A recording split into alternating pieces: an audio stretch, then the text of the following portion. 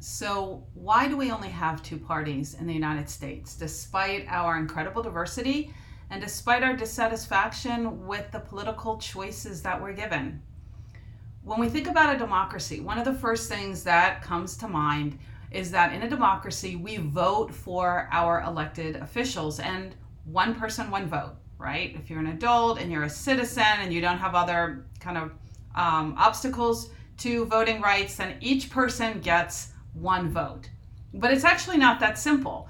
And the way that those votes are organized and calculated to make the final determination of who wins an election makes all the difference in the world for what kinds of parties we get and what kinds of policies we get as a result.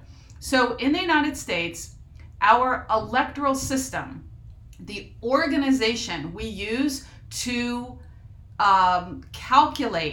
organize and calculate the vote is a winner-take-all system. And we have the Electoral College at the national level, and at the congressional level, we have what are called SMDP elections. SMDP stands for Single Member District Plurality. So I have this really badly drawn little map. There we go.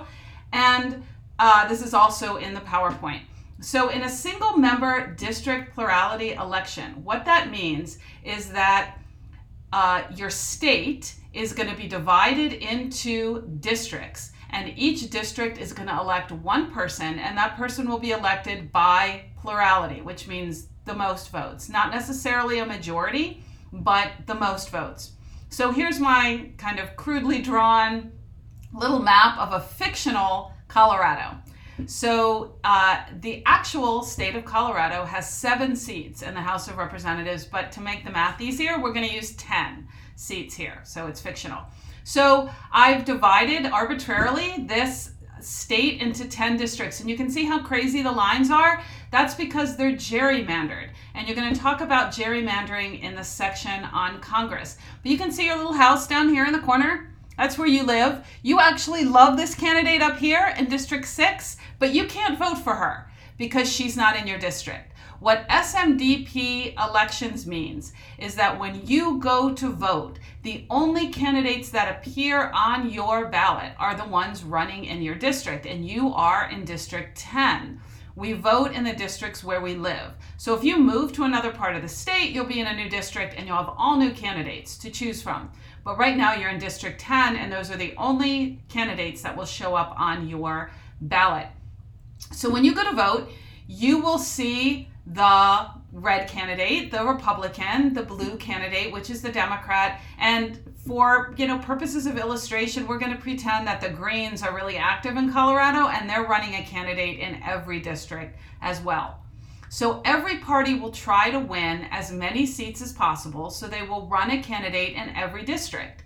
So when you go to vote, you will only see those 3 candidates right there in your district. All right, so here is a fictional set of results for this fictional Colorado, and this is also a slide in your PowerPoint. So you can see that divided 3 ways, most of the time no one gets a majority, but one of the candidates, one party will get a plurality. In every district except District 4, the Republican wins a plurality. Sometimes, like look at District 5 or District 6 or District 2, the Republican candidate has won a majority, or exactly half in the case of District 2. And the only other candidate to win election is the Democrat in District 4, who gets 45%. Okay, so let's look at the results at the end of this. You see that if whoever wins the most votes wins the seat, the Republican wins 9 out of 10 seats, because in 9 out of 10 districts, the Republican has gotten a plurality. The Democrat only wins 1 seat, and the Greens, although they get sometimes as high as 25% in some districts, get nothing. So who goes to Washington to sit in Congress? We get 9 Republicans, 1 Democrat, and 0 Greens. Now look at that vote breakdown. This is not a very democratic result, because In many cases, the Republican has actually won less than 50%. And even where the Republican has won more than 50%, like districts 5 and 6, the Democrat and the Greens still have won significant percentages of the vote, but they get absolutely no representatives at all. So what is this going to mean in practice for the way parties actually organize themselves to win elections? In a system like this, in a winner-take-all system like we have, SMDP elections at the congressional level, third parties like the Greens will eventually probably drop out or exist as protest parties that know they're not going to really win elections. Why is this the case? Because as we saw with those results, unless you win the most, you get nothing. The second place, third place finishers get no representation at all. So if you don't think you can win the most votes in a district, it doesn't make that much sense to run. Unless you think, okay, in another district, my party might win the most, so I'm going to at least be present everywhere. But if you're a third minor party like the Greens and you're not really going to win a seat anywhere, it's going to put a lot of pressure on you to just dissolve as a party. And in most cases, what happens is those parties will join together with those voters who prefer the Greens, will, for pragmatic reasons, join with the closest party ideologically.